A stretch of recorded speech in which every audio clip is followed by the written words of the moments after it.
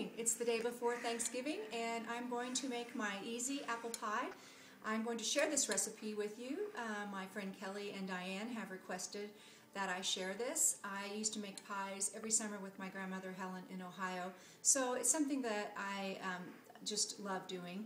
So what you'll see here is I've already added 3 cups of flour, and I've added Crisco, and what I like to do with the Crisco is to use these because they're easier and you don't have to wash another measuring cup. So that makes that simple. So what you want to do is cut the shortening into the flour, and you'll want a really sturdy piece of equipment to do this with, so you don't want to have a flimsy one as it makes it more difficult. So you just want to make sure that the flour and the shortening is mixed really well. And I have a KitchenAid, as you can see back here, and you could probably use that, but I tend to like to make pie crust just by hand. It's just something that I did with my grandmother, and we didn't have a KitchenAid back then. Okay, so when the shortening is all cut well into the flour, I will add the rest of my ingredients. So now that I see that most of the flour is all cut in, then I will go ahead and, of course, I've washed my hands really good. So now, whoops, I see a little bit more shortening there that I need to get cut in. Okay.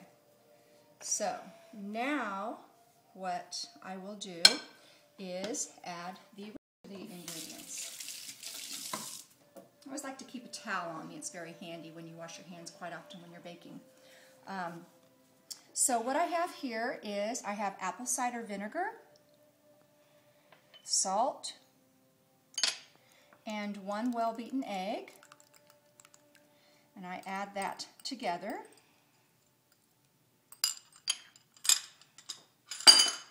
And then to this mixture, a glass of ice water that has not been drank out of, obviously. You want 5 tablespoons of ice water. There's 1, 2, 3, 4, and 5. All right, and my little handy-dandy mixer here. So go ahead and mix that really well. The apple cider really, and the egg add a lot to make the crust really tender. So add that to your flour mixture.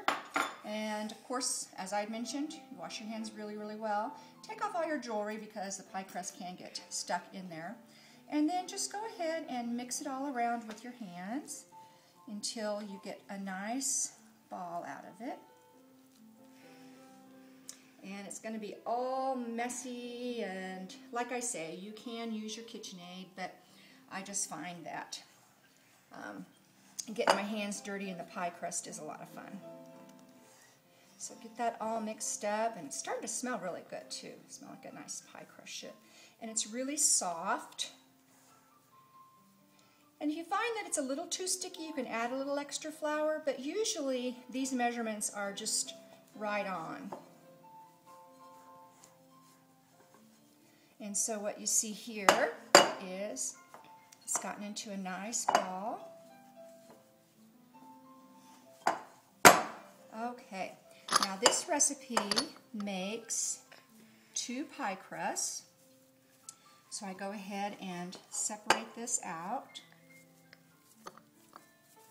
And I just kind of make sure that both balls are about the same weight. So that is going to be our pie crust. And the next thing that we'll do is work on the apple filling.